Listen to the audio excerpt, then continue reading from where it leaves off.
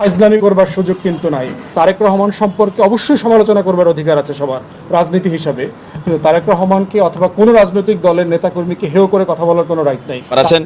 কেন বললাম যে সার্জিসের জন্য দুর্দিন আসতে পারে, কারণ আমাদের পলিটিক্সে অনেক ঘটনা ঘটে।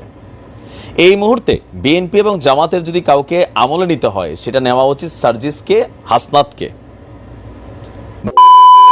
আসসালামু আলাইকুম রহমতুল্লাহ, সবাই কেমন আছেন? আশা করি সবাই অনেক অনেক ভালো এবং সুস্থ আছেন। সবাইকে স্বাগতম জানাচ্ছি আমাদের আরো একটি নতুন ভিডিওতে। প্রতিদিনের মতো আমি আপনাদের সিরিয়াত ফারুকি আবারও চলে আসলাম নতুন একটা ভিডিও নিয়ে। ভিডিওর শুরুতে আপনারা টাইটেল এবং থাম্বনেল দেখে ইতিমধ্যে বুঝতে পেরেছেন আজকে কি বিষয়টা নিয়ে কথা বলবো। আজকে যে বিষয়টা নিয়ে কথা বলবো খুবই গুরুত্বপূর্ণ একটা বিষয় নিয়ে কথা বলবো। আর বেশি কথা না পারে আমরা সম্পূর্ণ ভিডিওগুলো দেখে আসবো। আপনারা ইতিমধ্যে ভিডিওর শুরুতেই ভিডিওর কিছু অংশ বিশেষ দেখতে পেয়েছেন। তা ইতিমধ্যে আশা করি বুঝতে পেরেছেন যে আজকের ভিডিওগুলো কতটুকু গুরুত্বপূর্ণ। তাই এক মুহূর্ত না টেনে সবাই ধৈর্য সহকারে ভিডিওটি সবাইকে ধৈর্য সহকারে দেখার অনুরোধ রইল। তার আগে আপনাকে ছোট্ট একটি অনুরোধ জানিয়ে রাখতে চাই, যারা আমাদের এই চ্যানেলটিতে এখন চ্যানেল সাবস্ক্রাইব করে সাথে থাকবেন। যারা ইতিমধ্যে সাবস্ক্রাইব করেছেন তাদেরকে অসংখ্য ধন্যবাদ। যারা সাবস্ক্রাইব করেনি তাদেরকে অনুরোধ করবো আমাদের চ্যানেলের সাথে থাকুন, দেখতে ভালো লাগে, ভালোবাসা হয়ে যাবে ইনশাল্লাহ। আর বেশি কথা বাড়াচ্ছি না, চলুন আমরা এক এক করে সম্পূর্ণ ভিডিওগুলো একটু বিস্তারিত দেখি। ফাইজলামি করবার সুযোগ কিন্তু নাই।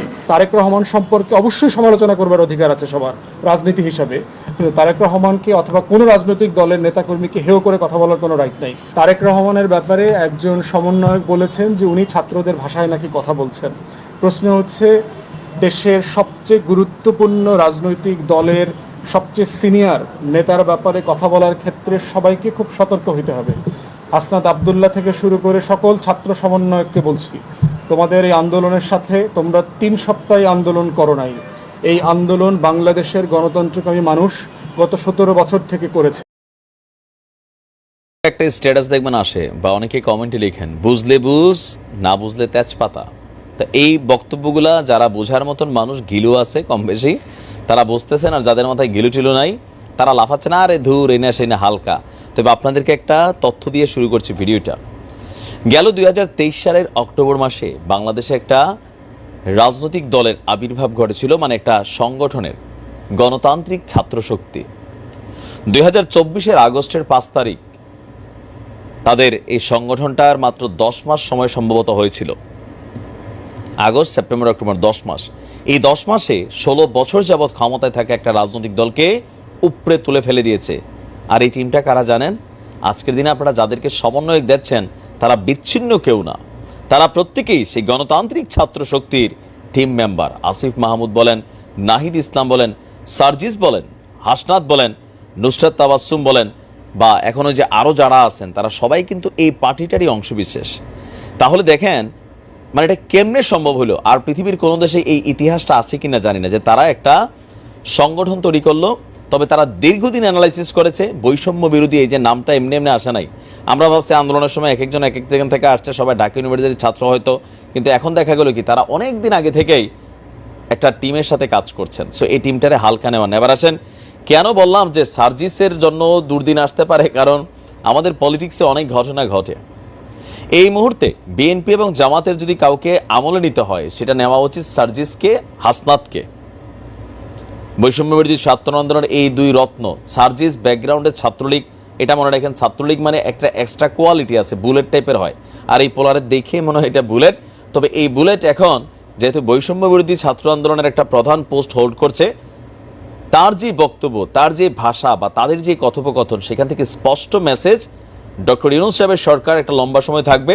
আর এই সময়ের মধ্যে নতুন আরও একটা রাজনৈতিক শক্তির আত্মপ্রকাশ ঘটবে, যেটা নিয়ে মার্কিন যুক্তরাষ্ট্রের একজন সাবেক রাষ্ট্রদূত ড্যান মাজিনা তিনি কিন্তু বলছিলেন যে একটা নতুন শক্তির আত্মপ্রকাশ ঘটতে যাচ্ছে।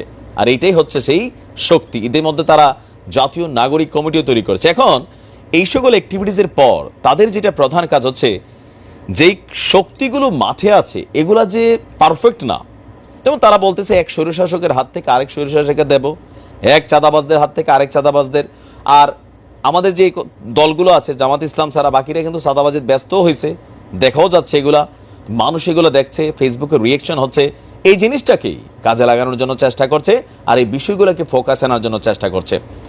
দল আর মার্কা দেখার সময় শেষ, জনগণের উদ্দেশ্যে বার্তা দিচ্ছে কে? সার্জিস। দল আর মার্কা দেখার সময় শেষ, এখন সময় যোগ্যতা দেখার।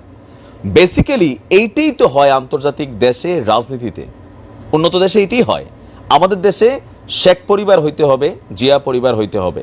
জামাতের ভিতরে আবার দেখেন ভিন্ন, গোলাম আজমের ছেলে ব্রিগেডিয়ার আমান আজমিরে জামাতের কেউ না বলে তারা পরিচয় দিয়ে তারা তাদের কার্যক্রম চালাচ্ছে। কিন্তু আমাদের অন্য দলগুলোর ব্যাপারে ভাবা যায় বা জাতীয় পার্টির ব্যাপারে ভাবা যায়, এরশাদের ভাই এরশাদের বউ কথা কইতে পারে না, 82 বছরের বুড়ি থুতু ভরে মুখ দিয়া হেও ভাই দলটারে হোল্ড কইরা এই জায়গাতে চালাইতে চায় টাকার জন্য, ক্ষমতার জন্য। তবে রাজনীতিতে নতুন বাতাস নিয়ে আসছে আপনার বৈষম্যবিরোধী ছাত্র আন্দোলনের ব্লুটুথ বয় সার্জিস। 13ই সেপ্টেম্বর বিকেলে পঞ্চগড়ের মকবুলার রহমান সরকারি কলেজের মাঠে দুর্নীতি চাঁদাবাজির বিরুদ্ধে যে নাগরিক মতবিনিময় সভা, সেই সভায় মন্তব্য করেন। সভাটার নাম কি? দুর্নীতি এবং চাঁদাবাজি, যেটা সারা বাংলাদেশে ব্যবসায়ী থেকে শুরু করে একজন ফুটপাতের সাধারণ পিঠা বিক্রি করে, যে ভাপা পিঠা আরো বিভিন্ন, এই মানুষগুলো এদের শিকার হয়, ফকির পর্যন্ত চাঁদা দিতে হয়। আর দুর্নীতির মধ্যে সরকার প্রশাসন সেক্টর কানেক্টেড হয়ে থাকে। তো সার্জিস বলছেন, হাজার প্রাণের বিনিময়ে যে স্বাধীনতা আমরা অর্জন করেছি, কোনো কালো শকুন যদি সেই স্বাধীনতাকে যে কোনো রূপে আঁকড়ে ধরার বা থাবা দেওয়ার চেষ্টা করে, তাহলে পঞ্চগড় থেকে শুরু করে পুরো বাংলাদেশের ছাত্র জনতাকে সেই শকুনকে চিরে উপড়ে ফেলতে হবে। শব্দ প্রয়োগ বুঝছেন? যারা বোঝার তারা বুঝতেছেন। সার্জিস বলছেন যে আপনার সৃষ্টিকর্তা আমাদের দেশের এক পাশ দিতে, আচ্ছা ভারত সম্পর্কে এখানে সে কথা বলছে, অন্য জায়গায় বলবো। বলা হচ্ছে কোনো মানুষকে পোশাক বা দাড়ি টুপি দেখে জাজ করা যাবে না। এটা আমাদের মধ্যে আছে, ধর্মীয় একটা ফিলিংস আছে যে আমরা দাড়ি টুপি পোশাক দেখলে মনে করি একটু হুজুর, এটা আসলে ধর্ম থেকে অনুমতি। সার্জিস ওইটাই বলছে যে মানুষকে তার কাজ দেখে মূল্যায়ন করতে হবে। এতদিন বিএনপি নিয়ে কথা বললেও এখন কিন্তু জামাত নিয়েও সরাসরি কথা বলেছে। কেউ অন্যায় করলে, চাঁদাবাজি এবং ক্ষমতার অপব্যবহার করলে তাকে সহ তার আশ্রয় প্রশ্রয়দাতাকে আইনের আওতায় এনে আপনার বিচার করতে হবে। ফেসিস্ট হাসিনা যাওয়ার পরে অন্য গোষ্ঠী কতিপয় মানুষ যদি একই কাজ করে, আমরাও তাদেরকে সমর্থন দেব না। এই ফেসিস্টকে কায়েম করতে চাইবে যারা, তারা আবার মামলা দিয়ে টাকার ব্যবসা শুরু করবে, তাদেরকে ছাত্র জনতা প্রতিহত করবে। তো এখানে আপনি দেখেন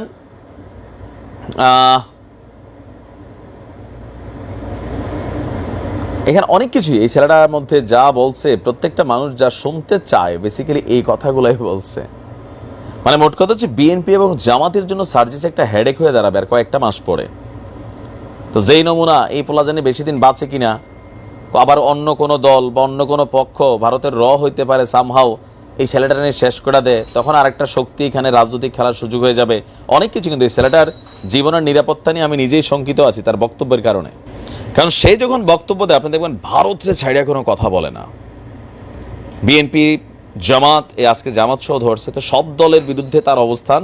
আসলে বাংলাদেশের পক্ষে যার অবস্থান হবে, আমরা দলভিত্তিক যদিও সবাই বিভক্ত, কারণ দলের বাইরে রাজনীতি নাই ওই দেশে, কিন্তু আমরা যে বাংলাদেশ চাই, আমাদের রাজনৈতিক দলগুলো আসলে কিন্তু সেটা উপহার দিতে পারে নাই।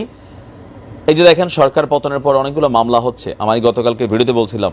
তো সব মামলার সব অপরাধী কি আপনার ধরেন সঠিক? আমার এলাকায় একটা মামলাতে 358 জনের আসামি করা হয়েছে, যেই মানুষটা বহুত আগে একটা রোড অ্যাক্সিডেন্টে মারা গেছেন। 358 জনের মামলা দিয়ে দিছে এই মানুষটা রোড অ্যাক্সিডেন্টের মামলাটা। তাহলে আপনি কি বলবেন? তাহলে এই যে গত 16 বছর যেগুলো হয়েছে, এগুলোরও নির্বাহী আদেশে খারিজ করে দেওয়া উচিত। তদন্ত কইরা যারা প্রকৃত আসামি, এখন তদন্ত যাদের হাতে, তারাই তো দুর্নীতিতে মগ্ন হয়ে গেছিল বা অতীতেও ছিল।